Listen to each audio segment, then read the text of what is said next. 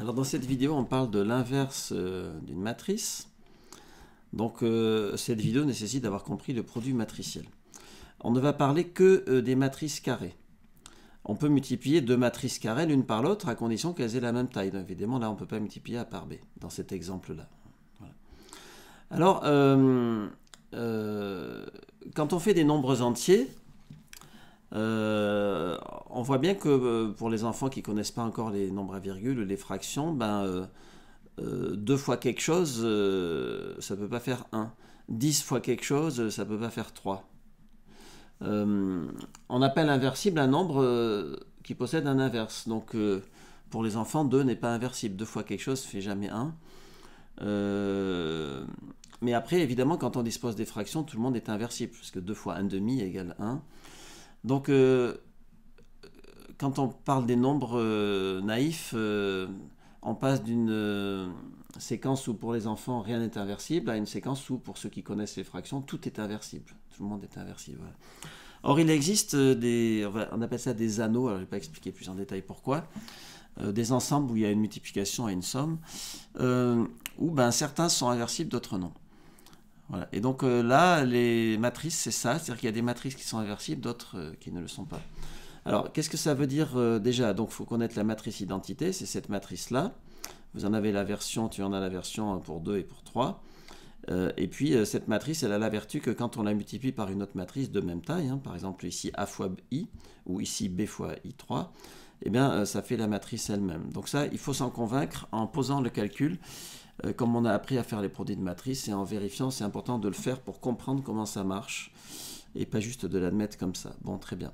Alors maintenant, cette identité va jouer le rôle du nombre 1.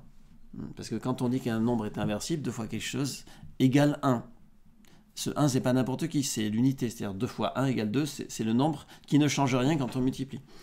Et donc, on va chercher des matrices, si elles sont inversibles ou pas, en regardant si elles ont un compère, un jumeau, à une autre matrice telle que A fois B égale l'identité. Voilà. Donc, être inversible, ça veut dire que pour une matrice A, ça veut dire qu'il existe B tel qu'A fois B égale l'identité. Alors, il y a un théorème qui montre que si A fois B égale l'identité, alors B fois A égale l'identité aussi. Donc, c'est vrai pour les matrices et c'est vrai même pour des ensembles un peu plus abstraits, certains anneaux, bon, peu importe. En tout cas, dans ce cas, on dit qu'A et B sont inverses l'une de l'autre, voilà. Et on note, c'est juste une notation, il n'y a rien de plus à savoir, A-1 égale B. Et donc, B-1 égale A. Donc si un exercice, on vous dit trouver A-1, il faut que trouver l'inverse. Alors, c'est pas facile de savoir si une matrice est inversible ou pas, et c'est pas facile non plus de trouver l'inverse. Alors déjà, il faut des exemples pour comprendre. Donc ici, si on prend ce A et ce B, encore une fois, il faut le poser sur un papier pour s'entraîner, pour comprendre, trouver I. Donc ça, c'est un exemple évidemment parachuté que j'ai mis exprès pour que vous compreniez. Voilà. Donc comment le gars, il a pu trouver ces chiffres-là et les agencer comme ça? C'est pas évident. Bon, on va voir. Alors après 0, la matrice formée que de 0, elle n'est pas inversible, parce que si tu fais 0 fois B, ça fait tout le temps une matrice formée qu'avec des 0, donc ça ne fera jamais l'identité. Bon. Alors après, celle-ci non plus n'est pas inversible, mais ça saute moins aux yeux quand on ne connaît pas. Alors, prenons une matrice B, dont on se demande si B pourrait être son inverse, donc on résout. On cherche à résoudre U fois B égale l'identité, et en fait, si on fait le produit de U fois B, U fois B, ça fait ça. Or, ça ne peut pas faire l'identité, parce qu'il faudrait que A soit égal à 1, B égale 0, A égale 0, B égale 1. C'est impossible. Donc voilà, donc il y a des matrices inversibles, comme celle-ci, A, et des matrices non inversibles, comme la matrice nulle, ou U, dans cet exemple. Alors, quelles sont les matrices qui sont inversibles, ou les matrices qui ne le sont pas? C'est ça le truc. Alors, on a une première proposition. Une matrice 2,2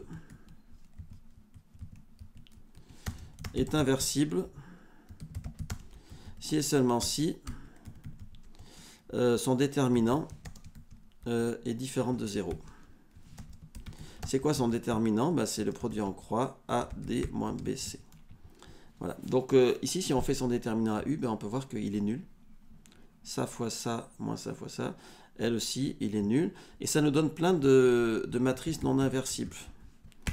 Ça nous donne plein de matrices non inversibles. Par exemple, si on fait la matrice J, contenant, c'est une notation pas universelle, mais un peu standard. Dans les exemples, on la note souvent J, contenant que des 1. Donc ça serait J2 en quelque sorte, J de taille 2 fois 2. J1 non inversible parce que son déterminant, 1 fois 1 moins 1 fois 1, il est nul. Donc ce sera non inversible. Alors, si on est d'un esprit porté sur le scepticisme critique et qu'on n'aime pas que ça tombe du ciel des formules comme ça, ben, on peut le vérifier par nous-mêmes, hein, par la même procédure que tout à l'heure, c'est-à-dire qu'on cherche un éventuel inverse B. Donc, on va résoudre la matrice J fois... Alors, je ne vais pas mettre ABCD, c'est ce que j'aurais dû faire là-haut. Quand les nombres inconnus, on les note plutôt avec des lettres de la fin de l'alphabet. Et T. Donc, résolvons ça égale l'identité. Voilà. Et puis, on va voir ce que ça donne. Donc, ça, je vous encourage à le faire. Je t'encourage à le faire. Donc, il faut effectuer. Puis on s'aperçoit que vraiment, ça ne marche pas. Voilà. Donc, voilà un exemple de matrice non inversible. Donc, en fait, ça veut dire que le déterminant nul, seulement si les vecteurs sont proportionnels. Bon, alors maintenant, comment on trouve l'inverse? Alors là, j'ai parlé des matrices 2. Donc il y a deux grandes questions. Alors, il y a deux grandes questions. La première, c'est une matrice A étant donnée, détecter si elle est inversible ou non. Donc là, on a donné la réponse dans le cas des matrices de 2. Alors dans le cas des matrices 3, 3, il va falloir travailler un peu plus parce que c'est un petit peu plus compliqué. Donc soit A appartenant à M3 de R. Alors M3 de R, c'est quoi? C'est une notation qui désigne l'ensemble des matrices carrées 3, 3 dont les coefficients sont réels. Donc on l'appelle comme ça. Voilà, donc on met R parce que des fois, après, dans d'autres chapitres, on peut étudier les matrices dont les coefficients sont des nombres complexes, par exemple. Donc là, Mn de R, c'est l'ensemble standard. Voilà, donc c'est plus qu'un ensemble, hein, parce que les matrices, on peut les ajouter entre elles, on peut les multiplier. Donc c'est ce qu'on appelle en mathématiques générales un anneau. Alors, donc soit A. Alors, les propositions sont équivalentes. Donc A inversible, on va donner des conditions nécessaires et suffisantes pour qu'une matrice 3,3 soit inversible. Det de A différent de 0. Alors le problème, c'est que le déterminant de A est un peu plus compliqué à définir pour une matrice 3,3. Alors ce que je vais faire, c'est que je vais donner... il y a plusieurs formules pour calculer le déterminant. Je vais en donner une qui m'épargne de passer trop de temps parce que là, il faut qu'on se centre quand même sur la notion d'inverse. Et après, il y aurait lieu évidemment de faire un cours sur le déterminant. Et donc celle que je vais donner, si je trouve mon formulaire, c'est la méthode de Sarus. Voilà. Alors, je vais la définir en dessous ici. Donc ici, définition, déterminant 3, 3 par méthode de Sarus. Je n'ai aucune idée qui était Sarus, mais c'est un mec qui a inventé une technique de déterminant. Voilà, donc c'est ça le déterminant. Alors j'explique ce que ça veut dire sur un exemple. Donc on va faire le déterminant de la matrice. Alors je mets des nombres au pif, hein, 0, moins 1, 1, 2. Je mets quelques zéros pour simplifier les calculs. Voilà. Égal. Voilà. Alors, parfois, le déterminant, voilà, parfois le déterminant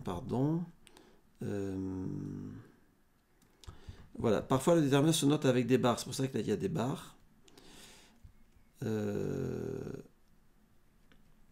Non, oubliez, j'ai rien dit du tout sur les barres, j'ai pas parlé des barres, j'ai rien dit. Voilà. Ici, les barres que j'ai mis, c'est juste une façon de noter, ça veut rien dire du tout, c'est juste parce qu'il fallait bien que j'entoure. J'aurais dû mettre des carrés pour entourer, en fait, plutôt que des barres. Je le corrigerai typographiquement, c'est pas des valeurs absolues, c'est pas des déterminants, c'est juste une notation comme ça. Alors, qu'est-ce que ça veut dire? Ben, on prend ceci, donc on fait 1 fois 1 fois 1. Plus, donc là j'ai fait ça, plus ça fois ça fois ça. Donc moins 1 fois 5 fois 0. plus, etc. Et on continue comme ça à tout faire jusqu'à ce qu'on ait trouvé le résultat final. Et le résultat final, c'est un nombre qui s'appelle déterminant. Donc là, vous pouvez le faire. Si vous trouvez 0, ben, c'est qu'elle n'est pas inversible. Si vous ne trouvez pas 0, c'est qu'elle est inversible. Voilà. Donc ça, c'est pour le déterminant 3, 3. Après, il y a une autre manière, c'est le rang de A égale 3. Alors, le rang, c'est un truc un peu plus long à calculer. Le rang, c'est un truc un peu plus long à calculer. Et je ne vais pas le faire ici, parce que déjà, on a une méthode qui marche. Et il faudrait que je le fasse plus tard dans une autre vidéo. Ouais. Alors, ça, c'est si une matrice est inversible ou non. On a fait 2, 2, on a fait 3, 3. En laissant cette technique pour plus tard, elle est un chouïa plus rapide éventuellement que le déterminant. Et il existe des méthodes un peu plus rapides aussi que ça pour trouver le déterminant. Donc l'un dans l'autre, ça c'est pour vraiment commencer à pouvoir faire des exos.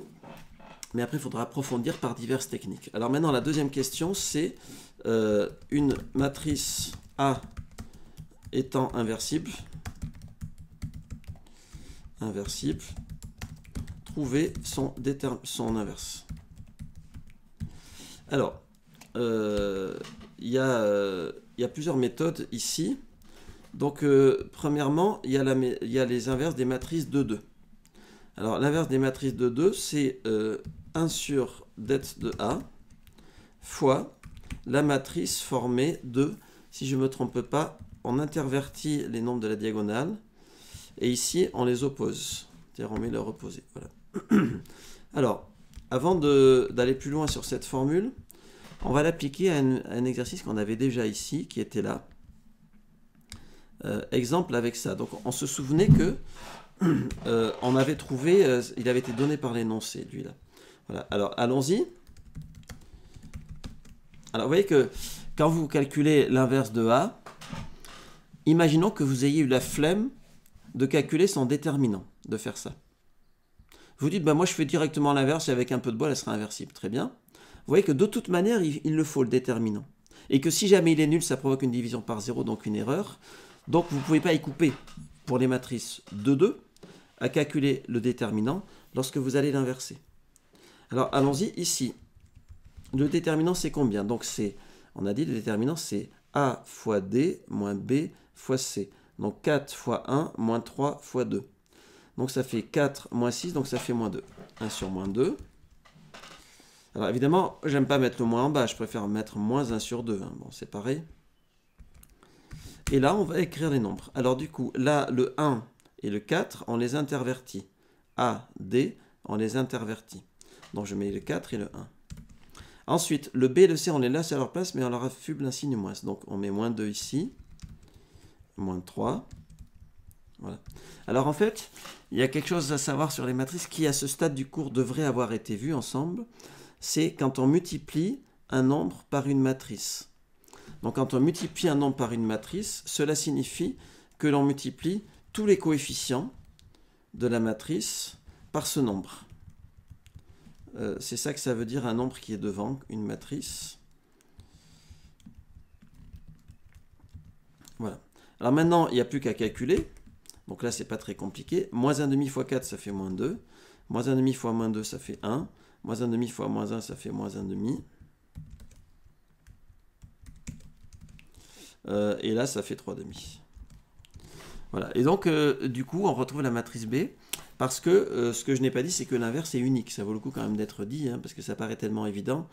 Mais si vous trouvez une matrice inversible, c'est-à-dire que A fois B égale I2, vous n'aurez pas A fois B' égale I2 avec une autre matrice B'.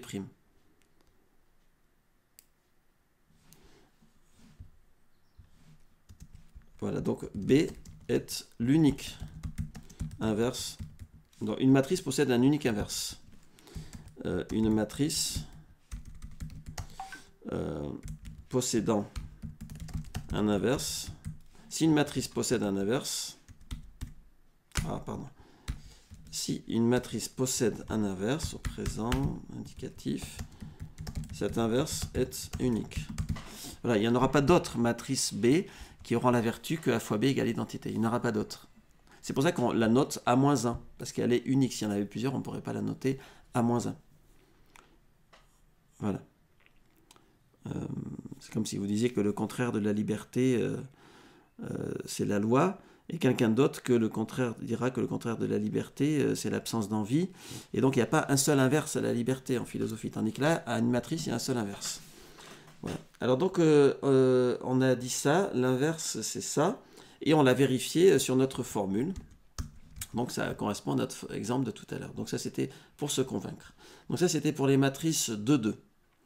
Alors, la démonstration, elle est là, mais elle nécessiterait d'être terminée... donc là, on pose ça, voilà. Et puis ici, on fait passer ici dans les deux lignes du milieu à droite pour pouvoir faire une substitution après. Et les lignes que j'ai coloriées en bleu et en vert, on va les multiplier. Donc la verte, on l'a multipliée par A, et ensuite on la reprise, on l'a multipliée par B. Et là, la bleue, on l'a multipliée par C, et on va la multiplier par D. Donc ça va faire DXA, pardon. dxa plus dbz égale d. Et on multiplie comme ça de manière à pouvoir ensuite faire des substitutions. Parce que là, on s'aperçoit que dxa, alors dxa c'est rien. Par contre dbz, dz on l'a là. Voilà. Donc ça fait dxa. Alors là, on a dBz et on connaît, nous, dz. On va multiplier par b. Ici, ça fait moins bcx égale d. Et là, c'est gagné parce qu'en fait, on a terminé. Donc, on va... Mince, pardon. On va oublier maintenant les deux lignes du milieu. Les deux lignes du milieu, on les enlève.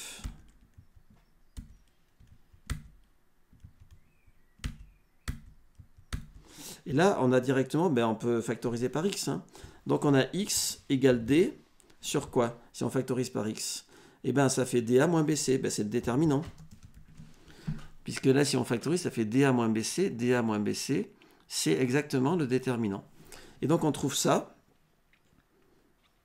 Donc, on trouve x égale dA moins bc. Donc, ça veut dire d sur le déterminant. C'est ce qu'on a là.